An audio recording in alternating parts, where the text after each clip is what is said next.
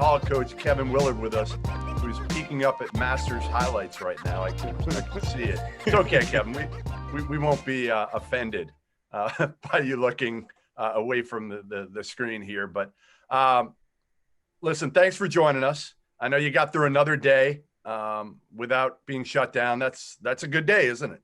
It's a great day. I mean, first, thanks for having me. Yeah, it's, every day is, every day you take the test, you're just sitting there waiting on the machine to tell you good news or bad news. And, luckily, not luckily, but my guys have really been stringent about, being as good as possible. But it's like, you just look at the machine, and is the machine being nice or the machine going to be bad to you today? And luckily today we had a great day.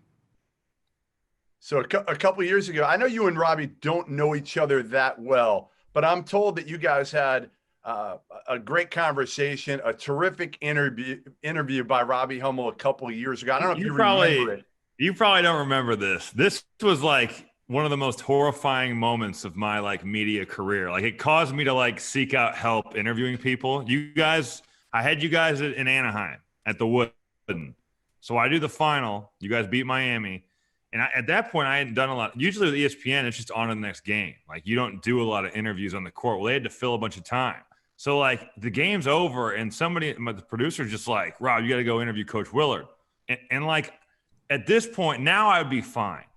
But at this point, this is my second year. I hadn't done a lot of these. I was in total panic mode. Literally, I was terrified. So I go out there, and I asked you one of the stupidest questions. And I remember you looking at me dude, I have no idea what you're talking about. And I left the game dude, I called a good game. I asked a dumbass question. Where do I go from here? I went and got help from a dude at Big Ten Network who's a journey producer. So I'm sure you don't remember it, but it was a big moment for me. You have to understand, Rob, you have to understand. Kevin Willard has been asked some of the dumbest questions in history because he's around Adam Zagoria all the time. So I didn't know trust this at me, the time. this so was nothing I was horrified. compared to Zags. I didn't say that, Zags, just so you know. I didn't say that. Listen, this whole thing, my two favorite words describing scheduling in the landscape. It's been shit show, and you use that term a couple times during Big East Media Day a couple weeks ago. What's your confidence level now that we're going to be able to get going? Because you've got still this 14-day quarantine that if anybody tests positive, your entire team is shut down right now. And in the Big Ten, it's 21 days. Yeah, I mean, I think we're moving in the right direction, though, Jeff. I really do, because, getting tested technically almost every day, I think it's going to be a lot better for your local board of health. That's really who it comes down to for contact tracing. So I think the fact that we're going to have, we have 2 months of backlogs of almost testing every other day. You can sit there and you can contact trace so much more directly because you have those logs, and you're going to know exactly when a kid got sick or a staff member got sick. So I think as everyone's starting to test, as much as we're starting to test, and working with your local board of health and giving them the plan, I think you're going to see maybe not so dramatic shutdowns and maybe losses. You might lose a couple guys for 10 days. But the fact that, we have to be able to use the test to contact trace. And I think that's where everyone's starting to get to. And I think that's where, I think we learned that from baseball. We've learned it from college football, NFL football. They're using the science to their advantage, knowing that if you're testing just about every day, you're going to catch it before that person became infectious. Coach, I think people kind of overreacted to this, but a couple weeks ago at Big East Media Day, you talked about UConn and about how you weren't thrilled about them coming back to the Big East. Has there been any fallout from that? And have you talked to Danny Hurley at all? Well, the funny thing about that is I was just joking, but I said, I mean, not really, but I said, the one thing is, Danny's an unbelievable coach, and his teams play hard. They're terrific defensively. He's got great talent on his team. But, if you look at it from all the programs, it wasn't a great addition for everybody else. It's an exciting addition, and I think it's great for the league. But if you look at each individual school, it's not good. I mean, because of Danny's a great coach. It's a great program. It gives you a 20 league schedule instead of 18. So you're losing two, maybe games that you could build into your non-conference. So yeah, I mean, I was just joking around, and Zags jumps off and runs over there and yells at Danny, and he doesn't tell Danny that I said I think it's a great program and he's a great coach. But again, I don't, I think UConn fans are mad, but I don't really care about that. Listen, I've still said right now, I think you're as quotable as any coach in the country. And the great thing is, you're not old. Like most times, it takes guys getting much older to get there, whether it's Calhoun, your guy Patino. A lot of the guys, as they get older, they don't give a shit. I feel like you almost don't give a shit, and you're way too young to not give a shit. I can't wait to see what you're like in 20 years. Yeah, I'm gonna be dead in 20 years. I can guarantee you. No, it's not that I don't give a shit. I just think you gotta be honest. And I think, sometimes everyone just gives vanilla answers and everybody knows it's BS. I mean, I think being around, starting in this business when I was 22, being around, knowing the media members, and I think being in the New York, New Jersey area, I think early on I tried to please every media member and tried to say the right thing, and I said more wrong things than I did right.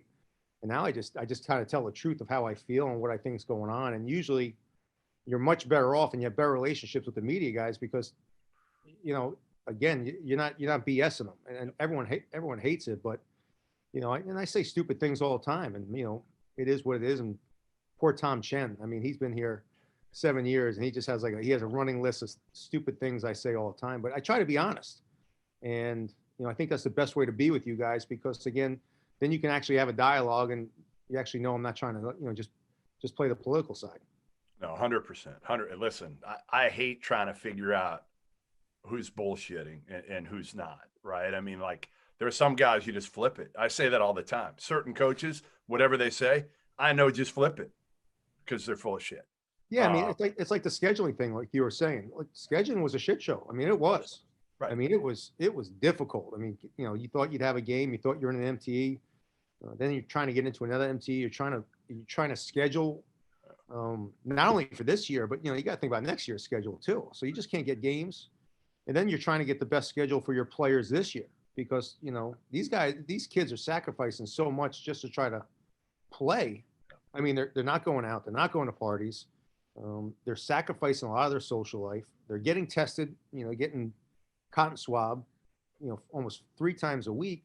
So then you owe it to give them the best schedule possible.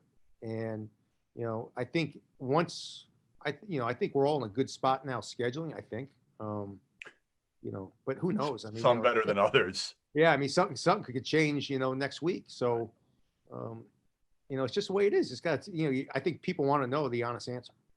Did you have to talk to your guys about sacrificing? Like you talked about not going to parties, not going out. That's such a big part of the whole experience, right? Like, have you had to have that conversation with them, or did they just do it? Well, yeah, I mean, we were lucky. I have a great president. I really do. I mean, I have new leadership that's been on campus now for about a year. And I talked to Dr. Nair. I was like, I really want to get these kids back. This was a really, really tough ending of the season. We had all the civil unrest going on. I was really proud of how active my guys were, but at the same time, it was very mentally draining, them being away from the sport that they love. And I really started seeing them be in a very negative space mentally. And not enough people were talking about that. So we got our kids back on campus July 6th. And I had a meeting with them. I said, guys, our president fought for you to get back on campus. And I said, we got to make sure we don't mess this up. So you got to do your best, and you got to make sure that we're not this is not a free for all. You guys got to make sure that kids don't think that there's a virus on campus, because we're getting it. And my kids, I tell you what, they're great, man. They got it. My staff has been great. I give my staff a ton of credit. I mean, I have an unbelievable staff right now, but I give them credit. I mean, on July 20th, we started workouts, and my trainer, my strength coach, we all came back, and there was still a lot of unknown about the virus then. And so I said to my staff, I said, if you guys don't want to come in, I said, I'm coming in. If not, I'm getting divorced. I said, so I'll work out the guys. And, my guys have been great. I'm sure they've had hiccups, but, we've taken, we spent almost $200,000 on tests, and we haven't had a positive yet. So Wow. I know it. I know November 22nd, that little machine's gonna be winning around. I'm gonna get. Hopefully not. Hopefully not. I'll be down in Tampa playing golf for the next 13 days. We got to get to November 25th. We got to get there. How many years did you were you with Patina, Rick? 500. It felt like it, didn't it? 10 years. 10 years. Are you the leader? Are you the leader of the club? No. Someone outtook me. I forget who it was. Really? Yeah, my first 4 years with the Celtics, it was a little bit different. Jim O'Brien, I was more under Jim O'Brien at the time because I was doing advanced scouting. I was doing video. So coach, coach, I wasn't really under coach as much. And then the 6 years at Louisville were phenomenal. I mean, if he doesn't go down as the greatest college basketball coach in history, I'll argue anybody for what he did and how he built it and the energy he has. But it was, I always say post me, I think he really kind of mellowed out and was really softer on his assistants. Sure, that's what you say. Give me your best. Yeah, exactly. It's all gone. Give me your best Patino story, like one that most people don't know that. And I don't want the X-rated version necessarily. No. I mean, we won't talk, like Derek Character days or something like that. Those were the glory days of Louisville basketball right there, Derek Character. Man, there's a lot. We'll take a few. I think one of the funniest stories, and he'll deny this, that this is the way he bought his house, but we were playing golf down in Miami. He's a member down at the golf club down in Miami, and he shanks a tee shot way out to the right on this course, and he goes over to the golf course, and I have to help look for his ball. God forbid he should lose the ball. And so, I always carried like 5 extra ones in my back pocket to say, well, he would drop one of those bad boys. It's right there. It didn't go in the water. It's fine. And he walks over, he looks at this house, and he's playing with his business partner at the time. And he's like, man, I really love this house. He goes, let's go over and give an offer for the house. And so I'm sitting there, I'm looking for a ball, a Titleist 2 in these bushes. And he walks up and knocks on the guy's house, and they have a conversation. And of course he comes back. Of course I found his ball. And of course I lost. And then, next thing you know, he owns a house in Miami. Come on. He bought that house. He bought the house. He shanked it so bad. He went over, put the offer on the house, got the house. And that's how he had his house in Miami. Wow. Now, he's going to say I'm full of shit. Of course he is. But, he also is going to say he never lost the ball. It's because whenever I play with him, he never did lose the ball. Hey, what's going to be the biggest adjustment he faces at Iona? You know Iona well. You know the high major level well. What's the toughest adjustment he's going to face coaching at that level at this stage? Jeff, this is the funny, when this all went down, I found out he was going there. I was like, this is like the greatest place for him because Iona is one of those special places. I mean, I loved my 3 years there. And you can ask Timmy Walsh, you can ask anyone that's ever coached there. It is a special, special place. It is it's just one, that's why everyone that goes there wins. Tim Cluse would tell you, it's just great people. They have tremendous money backing them. They're not afraid to spend money and put it there. And I think, he has an energy that really fits what Iona is. So I don't think he's going to have a hard time at all. I feel bad for everyone in the MAC because I don't really think, the MAC is, young coaches, really good young coaches moving up. And I don't think they really understand who Rick Pitino is and how great of a coach he is. And I mean, Masiello does. Stevie does. And, I know Shaheen does because we played Louisville when Shaw was on here. But I just feel bad for the rest of that conference because, Iona's going to put money behind that program. They'll travel differently than they ever have. And he's just a phenomenal coach that's going to get it done. I mean, he called early on and said, let's play. It'd be great. And I was like, no chance. No shot. How real was the treadmill? I always heard these rumors about like you make a mistake player wise. Did he ever put the assistants on there? Did you ever get put on the treadmill? Oh, we got thrown on there all the time. I heard that. Oh, yeah. I can't believe that's true. Yeah. I mean, and this is kind of, this is what I loved about him was that, there was no deviation on the program trying to be great. The level of greatness was, to be held for the players and held for the staff.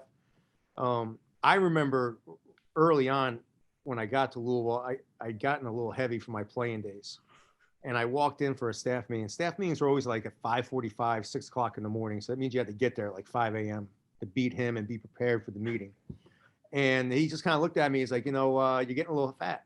And I was like, I kind of was like, yeah, I know, my wife and I were moving, and he's like, no, I mean, go on the treadmill. And I was like, oh, and I went down there and the strength coach, Reagan, was waiting for me. And I look at Ray, I go, Ray, how long do I have to be on this thing? And he looks at me, and Reagan looks at me, and Ray's great. Ray goes, until you get in shape. And I was like, well, how long is that going to take me? He looks at me, he goes, from the looks of it, pretty long. And, he demands greatness and he expects it. And, that's why he's so successful. And, for me, it was great because, it was just one of those things. The players loved it. The coaches loved it. But the treadmill was real. I mean, he wears a mic in practice, and all of a sudden, you never knew where he was. He could be watching one of his horses racing over by the window.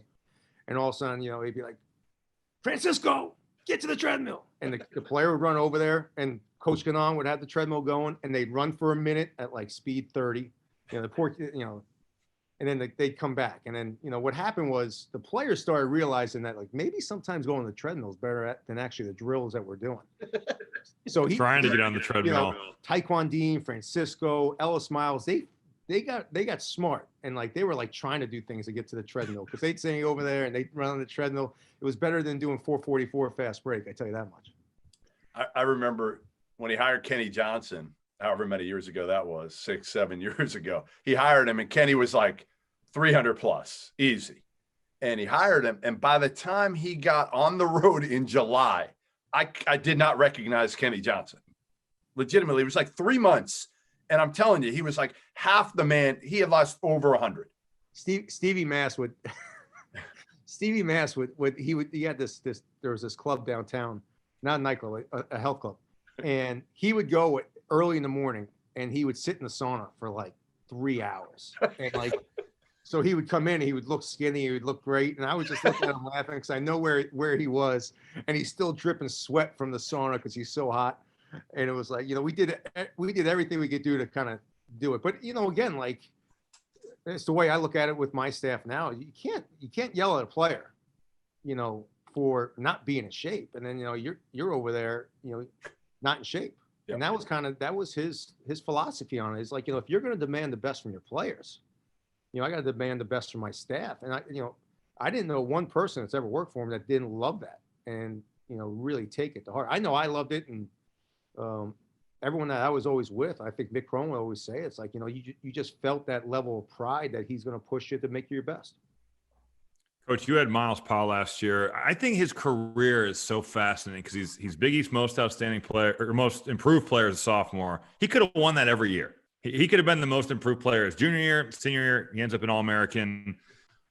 What was it like coaching him, and what did he do to get so much better? It's not often where you see guys make like quantum leaps every year, right? Like you see maybe one but he was doing it every time you saw him each year. He was so much better. That's a good question, Robbie. I think the biggest thing when Miles came in as a freshman and we put him through his first individual instruction workout, and we had a group of juniors, Kadeen Carrington, Angel Delgado, Desi Rodriguez, Ish. That was a really hard-working group, and he came in and he got, he just got blasted. I mean, he couldn't finish the workout. He got embarrassed. I remember he went to the locker room and cried. I had to go in the locker room and like hug him and be like, "Hey, my man, you're a freshman. This is what happens. You're not in the greatest shape. You're coming off a foot injury." I said, but we'll get you through it. But I think that experience really humbled him, and he was like, "All right, this is how I have to work every day." And those juniors were hard on him in his freshman year. I mean, they pushed him because they knew how good he could be. They kind of saw who he was. And I think once he lost his weight and once he kind of got a bounce that he never really knew he had, it was just addicting to him. He kept wanting to get better. He had an unbelievable work ethic. And I think the thing I loved about Miles is he had an unbelievable attitude every day. He would comes up to the gym, and no matter if we lost, if he played bad, no matter what was going on, and he went through some tough times when he was here personally, he would come in and that was going to be the best part of his day. And it was infectious to the team, it was infectious to the program. And I think that's what made Miles so special. He's just one of those kids that you just love having in your program. And then he had a killer attitude. Like, you know, he was gonna, when the game went on or practice went on and we were playing 5-on-5 or the game, he just wants to kill you. So you put this great work ethic, you put this unbelievable young man, and then you put that killer instinct, and you have something special. How hard was it last year to get that taste out of your mouth? That was a team that I said really could have made a Final Four run. Again, you were peaking at the right time. You got healthy. You had a guy that could go for 40 on any night, and there aren't many like that anymore. How hard was it? I mean, I know everybody says it was hard, but you had that team, you had that guy, you had a team that was peaking. They were fun to watch. They were tough. They had everything. It was brutal. I mean, to be honest with you, I don't think I still gotten over it. You know, because it's really hard to explain. You know, we would have made the NCAA tournament 5 straight years, and there's not that many programs that can say that. I think there's only 7 other ones in the country that could say they've done that. The difference between last year's team was that going into the year, we knew we were going to be an NCAA tournament team. We knew how good we can be. We knew we had the best player in college basketball. So our mindset was so much different. It wasn't just, hey, we're getting into the NCAA tournament. Let's have a party and see how we do. You know, I remember going into the Big East tournament, you know, the guys they weren't even talking about the Big East tournament. They were all talking about, you know, hey, if we win the Big East tournament, we could be a 2 seed in Buffalo. We might be a 3 seed here. You know, this is who the teams we can play. I never had that before. You know, it takes a lot to get to that point where your kids expect to be, you know, in the NCAA tournament, and then you get a seed that you can actually really win. I mean, Isaiah Whitehead's sophomore year, he was playing as good as anyone in the country. And, you know, we win the Big East championship, but we're a 6 seed out west when we play Gonzaga. And it's like, you got no chance. So now you're a 2 seed maybe, and you're playing in the Garden. We really felt, and I think that's the biggest difference from years past, is that we felt we could beat anybody. And we were battle tested. We had played great road games. We had gotten our butt kicked in the non-conference by some certain teams, but that helped us. It really kind of helped us grow. And it's been really tough. I mean, it really has. It's, you know, there's not times in the day where, you know, I think about like, man, we could have done something special. Is it fair to say that the worst part is like not getting the opportunity? That's how I felt when I hurt my knee. Like, you know, we're the number 3 team in the country. I blow my knee out. And the worst part is that you just never know. Like, I'd rather lose. I'd rather lose in the second round and just be like, hey, at least we knew that on that day we just didn't have it. Like, to me, that's the worst part. Like, you just didn't get an opportunity to actually go play. Yeah, absolutely. And obviously, you know, going through hopefully once in a lifetime pandemic. But yeah, absolutely, Robbie. I mean, I just think that's what nags at me is that you don't know. You know, like I said, you know, you go and get upset in the second round. You know, hey, you gave it your best shot, and you know you got beat that night. You know, I remember Jeff, you and I were texting while all this was going on, and you know, being in New York at the time, you know, I'll never forget it. I walked down. I went to a fundraiser.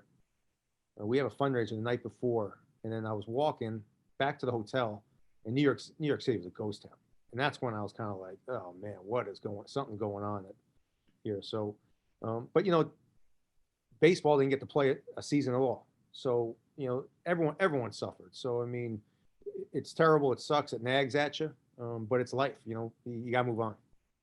On a more positive note, you guys have some really good players coming back this year. Jared Rhoden, Miles Kale, Sandro Mamukilishvili. How will you guys be different?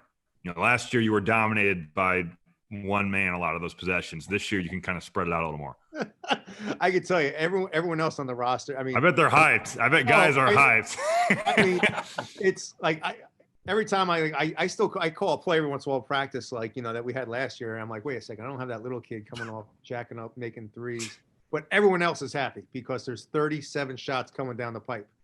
I think we're going to be much better offensively, just because Tyrese Samuels and Sandro will play together a ton. And Tyrese was really, we struggled a little bit at the end of the year because Tyrese Samuels got hurt. And Jared Roden, I think, is going to be a first-team all Big East player. Miles Cale is going to have a chance to kind of not just be the guy who has to defend the other team's best player. If I can get Bryce healthy, I think he's as good at any guard in the league. And, we still have Ike. Ike's a 7'1" shot blocking. So we still have that presence that Rowe gave us last year. Takal Mosin is a transfer from Canisius. He reminds me of Alpha Diallo, junkyard dog, man, just gets it done. So I think I could play big. I can go Ike, Tyrese, Sandro on the back line and play big in the zone. Or I can go small with, Jared, Sandro, Miles Cale, Bryce Aiken and Shavar Reynolds, and really kind of press and switch man to man. So I think, last year I because I built so much into getting Miles to where I thought he deserved, which is in the NBA.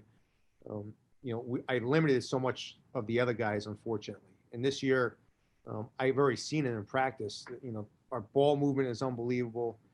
Guys are getting shots that they didn't get, and we're just able to play so much different. So I'm really excited about this team. I think this is my best team we've had. If we can, I think we'll take some lumps early on in non-conference just because I built it that way. But I like the way where this team could be come January, February. Well, you're older, and that's what you need to be, right? I mean, you add a couple transfers, you got returning guys. The only difference is guys are going to have a little bit different roles, right? Absolutely. And I think that's where we're going to take some lumps early on is that, guys are going to have to take shots in pressure situations that maybe they just stood in the corner last year. And now they got to do something. But I think I have the players that can do it. It's just getting them the reps and the experience to do it. But I walk out of practice some days. I'm like, man, we could be really, really good offensively. I don't think we'll be as good defensively because Quincy McKnight he was terrific. He was very underrated. And then Romero Gill he was someone that really blossomed and has really protected the rim for us. What's the latest with Bryce? I know you've been asked this 100 times. Probably Bryce, about the combo of Zags, Zach, and Rothstein have probably asked you to combine 100 times in the last 48 hours. Well, it's funny. Rothstein just texted me. It's funny you said that. No, Bryce is doing great. He's healthy. He's doing individual workouts. He does all our dummy offense. He does all our dummy defense. It's just a matter of I think I'm always extra cautious when guys are coming back from injury. I know he's a veteran. If he was a freshman, I'd be like, he's got no chance to play. Dude's played. He was well coached by Tommy. So it's not like he wasn't coached. He doesn't understand schemes or this and that, and he's extremely smart. I just think we're being very patient with him, especially since the fact that this schedule is condensed. I mean, we play the 25th, 27th, 29th, 2nd, 6th, 8th, 11th, 14th. I mean, damn. There's no breathing room. So I don't really need him grinding right now. I just need him to be healthy. You've been around a guy in Rick Pitino who's one of the all-time greats. So just knowing that, who's a coach in college basketball that, like, let's say the NCAA tournament comes up, you draw a team that you don't want to see down the sideline? Oh man, I think that's the great thing about college basketball right now. I think that's a hard answer. I even think, I look back at, when I first got this job, bye games, were easy W's. And you try to get a bye game now and you're like, man, I don't want that guy runs unbelievable stuff. This guy's team plays. I don't want to play those guys. Willard's going to try to get out of this question, Rob. No. I know. He's going to try to avoid it already. No. I think Mark Few is wow, a phenomenal coach. Mm-hmm. And I would never. I mean, I'm going to make every Villanova fan so happy, and I hate doing that because I hate them. But I think what Jay Wright has done at Villanova is he's turned that into the best basketball program in the country, and I don't even think it's close. The culture he has, the recruits he gets, amazing. The way he gets them to play his style, and his style is physical. It's unselfish. It's fundamental. Yeah, I don't think obviously Cal is unbelievable, and we have so many great coaches, and But man, Jay Wright and the program, and I hate this because I have so many Villanova fans in New Jersey, and they just give it to me every time they see me. But uh, it's I just think Jay's got it, man. He's built an unbelievable program, and I'm just a big fan. And I think Fuey out west, I think he gets a great advantage of having the amount of time off he gets going into the NCAA tournament. His teams are always rested, so he gets a little bit extra rest where the rest of us are just grinding our, the Big East tournament, and you're coming in, all of a sudden you got to play, an unbelievably well coached team. So those two guys would be at the top of my list. It's a good segue. This is a little bit off topic. Oh, sorry, Jeff. Go ahead, Rob. This is a little bit off the wall, but I think that this should be asked for anybody who is in the NBA or has been in the NBA. What is your best NBA story? Oh, I can't. I can't go there. There's everybody has like a great. Bobby's got great ones. By the way, we got some. Yeah. I mean, I was young, man. I mean, I was 22 to 26, and the NBA is awesome, man. I mean, it is awesome. It's like fantasy land, but it is awesome. It's fantasy. People just don't understand. And I love the NBA. I mean, I was roommates with Frank Vogel, who just won the championship, so I'm so pumped. All right, give us a Vogel story. Give us your best Vogel story. So Frank and I, Frank was the video guy, and I was kind of like the head manager. I always say my first year, and we used to practice at Brandeis University. They didn't have a practice facility, and we were just getting ready to start the preseason, and like this is the old days where you had to load the game up, put it in a drive, then you had to go through code it, and then you had to go break it back down, and it took an enormous amount of time. I mean, teams now have like 8 video guys. We had Frank. And so Frank and I never drank coffee. Frank never drank coffee. And so Frank and I would actually take turns sleeping on Brandeis's training table beds, uploading and coding games so that when Jim O'Brien came in, Coach Obi would come in at like 6:15, that everything was set. And I just remember right after the preseason, I was ready to quit. And I think Frank was ready to quit. And I remember I broke down in tears. So they're like, I'm making like $4,000 and I'm working 22 hours a day. And Frankie's working 23 hours a day. And we did that all season long. And so we got to the All-Star break. And we had been working hard. And Coach Pitino was great at the All-Star break. He gave Frank and I a bunch of money and said, go down to Foxwoods. And, you guys deserve it. Go have fun. And I remember Frank and I were living together. And we both looked at each other. We ordered Chinese food from this Chinese place right down the street, and we both slept for 3 straight days. And we woke up and we kind of looked at each other, and there was Chinese boxes all over the place. And we went right back, like we were dreading it. We had to go out to Utah, I think it was, and we were dreading getting on the plane. And it was like, but that's Frank E. is the hardest working, most humble person, and maybe one of the best people in sports I've ever been around. So for him to win a championship is just like, there is a God, because he's just, guys like Frankie, it should happen to him. Yeah, no, I've gotten a chance to know him over the years, and you're not going to find a better guy that no matter where you run into him, he'll talk to you for 15, 20 minutes at any point. I mean, he just, and he gets it. He was the perfect guy for that team this year. The perfect guy. And I tell you how big of a heart he has, Jeff. I forget what hurricane was coming down in Florida when he was in Orlando. And my parents live in Naples, and my dad's stubborn as hell. And I was like, I'm not leaving. I'm trying to get him out of there. And all of a sudden, it turns into this huge Category 4 hurricane. And I call Frank Vogel up. I'm like, hey, Frankie. I said, I have nowhere to put my parents. I said, you're in Orlando. I said, can my parents drive and stay with you until after this hurricane goes through? And he goes, absolutely. And so I convinced my parents to drive up, and they drove up, and Frankie kept them up. And my mother's, she's a saint, but to put up with my mom for a week without power. And, they kept sending me pictures. Just like, to me, like that just proves like Frank Vogel has a heart, and his wife, Jen, is just, they're 2 people to put my parents up and not even blink and put them up during a hurricane. It just shows you what he's all about. Yeah. All right. Let's go back 5+ years ago, Kevin. 5+ years ago. You're Six coming plus. off your fifth Six, season. 6+. 6+ years ago. I'm sorry. 6+ years ago. You're coming off your fifth season at Seton Hall. You're 0 for 5 in getting to the NCAA tournament. People are ready to fire you, including maybe your athletic director. You had a meeting, right? There was a meeting, a come to Jesus meeting between you, your AD, your agent. What was that like? Did you think you were done? Yeah. Oh, yeah. Geez, I remember during the last month of the season, and I had a good young team, but it was terrible. It was just bad chemistry. And, it wasn't because it was bad kids. It was just bad timing on a whole bunch of stuff. Just sometimes things don't work out.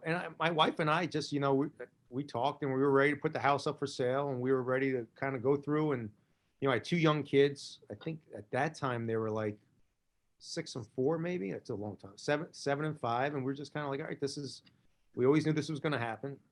She's a pharmacist. She was going to go back to work full time. I was going to take care of the kids till something else happened. And, you don't want it, and you're trying your hardest. And, I went to the meeting with Pat, and I'm like, I had a good enough contract where they really couldn't fire me without paying me. And Pat and I are very good friends. He hired me at Iona. I helped him get here at Seton Hall. And I was like, I had this good core. I'm like, let me roll the dice. I'm like, you guys, I understand. Let's just roll the dice. I really believe in this team. Let's just do it. And, I think financially they couldn't really do it, which helped. And I do think Pat really believed that, like, we were on the cusp of doing something great. Like, he just, Pat's a smart dude. And he kind of just realized we had really good players. We were trending in the right direction. We kind of had a tough, Isaiah Whitehead his freshman year broke his foot, and he missed the first 12 games of the Big East schedule, which really killed us because we were ranked 20th in the country before he got hurt. And then when I kind of just like, it was really when I came back, I said this a ton of times, I finally got to coach the way I always wanted to coach. I wasn't nervous. I wasn't uptight. Yeah. Wasn't yelling. Coach loose. Just loose. I put plays in that I never would have put in. I did things after timeouts that I never would have done. I remember, Villanova at home, I pressed on the sideline because I saw Chris Mack do it a couple years earlier. I never would have done that, but I just knew, all right, I'm either getting fired or I'm winning, and I want to win. So let me just coach the way my personality is, who I am. I'm a relaxed, laid back guy. Let me coach that way. I love this game. I love coaching this game. I love being in the gym with my guys. And so it went from being stressful to almost like, I wouldn't say a party, but it was like, let's just work hard and let's just have fun. And it just kind of clicked for me. And I think it clicked for my group. I had an unbelievable group. I mean, Kadeen Carrington is probably one of my all-time favorites just because he's such a wonderful person. And it just worked out. And it's kind of like, I think a lot of coaches don't get that opportunity, Jeff, because this is, you have to win. Because if not, you get fired. And, it's the stress is real. I mean, it's every day. And I think kids feel the stress. I think that's part of goes into, if you're stressed and you're not enjoying what you're doing, they're not going to enjoy it either. How magnified is that stress for players now, though? Like when I played, we didn't have Instagram or, you get guys now that hardly play and they. Robbie's 42, by the way, Kevin. I'm 31. All right. Like I'm not that old. Instagram was just coming out and becoming popular, but like you didn't have to deal with that. Like I did a little bit in the NBA where like people would tweet stuff at you about how you suck and stuff. And like, it is what it is. Like, it's fine. But like as a college kid, it's different. I just think that pressure is so magnified now. Yeah, I agree. I agree with you. It's, I'm not on Twitter. I have a private Instagram account with just my family. I was on Twitter a long time ago, and when things weren't going well, man, it's a brutal place. It's a cesspool. It's just not some place I think people should be on, especially college kids who, the instant gratification. You hit a game-winning shot, and all of a sudden you're great, and you're getting these likes and these retweets. But then, next game you go 2 for 12, and it's like you're the worst player and it sucks. I mean, that's a mental toll. And I try to explain to my players, as Twitter's like the internet's like you're like your fan base. your fan base is, you're always going to have 10% that no matter what, they're going to love you. You're always going to have 10% that were pissed off that you got hired and they're going to hate you. It doesn't matter how many games you are. But then you're going to have 80% of the people that they're just fans and don't really give a shit one way or another. The problem is the 10% dominate your Twitter line. The 80% aren't on Twitter because they're too busy living their lives. So I try to tell my guys that, just focus on the positive stuff, because the negative stuff's never going to go away. It's always going to be there, because you're not going to change people's minds. You're going to have a student that you didn't give you're dating a pretty girl and, they're pissed about that. You're going to have a fan that you signed 30 autographs and I yell at you to get in the locker room so I can go get my meatball sandwich because I'm hungry, and you didn't sign one, so now they hate you. So it's a no-win situation on these things. I just try to get them to understand that 80% of your fan base, 80% of your fans are going to like you no matter what, are going to support you no matter what. But unfortunately, they don't get on Twitter and their voices aren't heard. It's just like politics. You got the crazy left, you got the crazy right, and then you got the 80% of America that's trying to make a living and just trying to go about it. So it's hard, Robbie. I mean, I couldn't do it. I always say, I used to lie about my stats. I used to tell recruits like, I averaged 17 and 10 in the Big East. You get fact check now. And then Google came out, and I was like, oh shit. I'm like, I can't say that anymore. I'm like, so recruits like, what kind of player were you, coach? I'm like, I was a great teammate. I was, cheered on. I made the extra pass. I set good screens. I took charges. And they're like, oh, okay, that's great. But I used to say like, Google killed me. I just was like, I locked down Allen Iverson. He didn't. Well, hey, Kevin, what was your vertical? Oh, please. I know where this is going, but I could dunk. I could dunk a basketball. Was it higher than 21? No, I doubt it. Jeez. I mean, you don't think it was higher than 21? I think it was so bad. Rob, what's your vertical? Rob, what's your vertical? I'm retesting Monday down here, so I'm looking forward to that. Ask Rob what his vertical. He's down in Atlanta right now training for the 3-on-3 Olympics. And he made the mistake of showing me, like a dumbass, the result of his vertical a couple of weeks ago. And actually, I'm very upset that I haven't brought it up yet on this podcast, but you gave me a great opportunity. It's a 21-inch vertical. I swear. All right, first of all, I honestly believe that cannot be true. Like, I can't be that bad. So I've been dealing with some back stuff. Like, I'm feeling better now. I really am confident that next Monday I'm going to be better, like closer to what I was at the combine, which is like 29. Rob, I'm not kidding. I'm going to get one of those things here in my driveway, and I'm going to jump a higher than 21-inch vertical at 40, however the hell old I am right now. I'm old. I will put any amount of money down that I will kick the shit out of you in every trainable aspect. 40-yard dash. We can have a freaking Olympics, and I will kick the shit out of you. I promise. I just want to jump higher than a 21-inch vertical. That's all. You're not going calling it a day.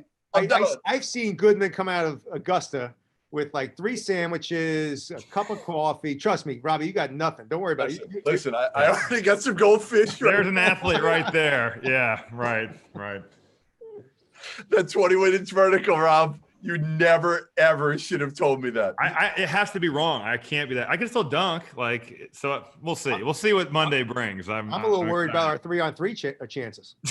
Seriously, right? You should be. I mean, come on. Who are we sending over there? The best of the best, clearly.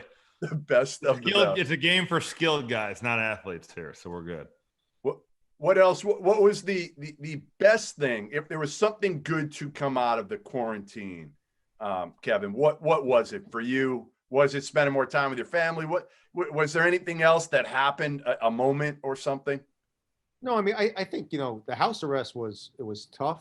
But I do think, I've changed my mind, but, I did get to spend, usually March, you're on the road, NCAA tournament, and then once it's over, you're recruiting the whole month of April. You're gone the whole month of April. I didn't miss one of my kids' baseball games. I got to spend that kind of time just being a parent, sitting on the outfield, watching my kids play baseball. So from that, I don't think you're supposed to eat dinner with your family every night. I don't think that's supposed to be normal. I think 5 nights a week's great, 4 nights a week great, but 7 nights a week and sitting there and like listening to your 12-year-old chew on his his SpaghettiOs, you're like, holy cow, man, you got to chew with your mouth closed or I'm gonna kill you. But at least being with my kids in that way, not traveling so much. Yep. But I think that's the only good. I don't think there's anything else good about what we've done as a country. I can go on a whole nother tangent. You don't even get me started on that, but I don't think there's anything good that we've done. I think the best thing that happened was, I did get to see my kids play baseball in the summer. My golf game got really good in April and May because that was the only thing we were allowed to do in Jersey. Well, listen, we appreciate you jumping on. This was good. No, thanks for having me. I really appreciate it. No, this was fun. And that was my whole take. Like, to me, I told Rob this. I just want to get somebody that I enjoy talking to on. Really. I mean that. You should feel good about that because honestly, I'm not in a mindset where I can have a like a difficult conversation right now and deal with somebody that I don't love. And so you should feel honored. It's funny you say that because I'll be honest with you, I think what the lockdown and the house arrest has done to people, it's like, I'm kind of like, I just kind of hit reset my switch last week about practice. Like, I'm like, holy, I'm playing a game in 21 days. Right. Like, right. It's here. We still don't have, we don't have hotels for certain places. Usually and so it's like, I think I appreciate you having me on because like, it's good to kind of get back in this don't you kind of feel, and I was telling Rob this earlier, we were like, well, do we just talk, Rob and I, about the issues and everything that's going on? And I almost feel like people still aren't in tune to the reality that college basketball is starting up in 2 weeks. They don't almost want to hear about anything until it starts. And then we'll start talking about games and players and teams and all that. Even with the AP poll coming out today, I feel like it's almost like false, not hope, but like this false reality until we see it. Yeah, I agree with you. Because even for me, it's kind of like, it's just like we're 14 days away. We're playing a game. Like, it's here. And, that's why I feel good about talking about it because it's almost cathartic. Yeah, it's shooting. I know it's emotionally healing to me to kind of refocus on what I love doing and my team and, getting out and, are we going to have some disruptions? Are there going to be some times where we're kind of like, man, this sucks, but hey, man, we just got to find a way and keep grinding. And it's better than nothing. Yep. It's better than no games. Hey, 21-inch vertical is better than 20. That's a good point. Right. That's a good way to look at it. Hey, Monday's the real deal. I'm gonna freaking. I want to see it. Yeah, we need video. We'll be sure to tape those tests. I still don't believe Pat Connaughton had a 44-inch vertical. I still think they measured his standing reach wrong. I'm telling you. Maybe they measured my standing reach wrong. Yeah, maybe you only have a 19-inch vertical. Opposite way. Yeah, exactly. All right, Kevin. Hey. All right, guys, man. Thanks man. a lot. We appreciate it. Thanks, Coach. No, you guys, good being with you, man. Be good. Likewise.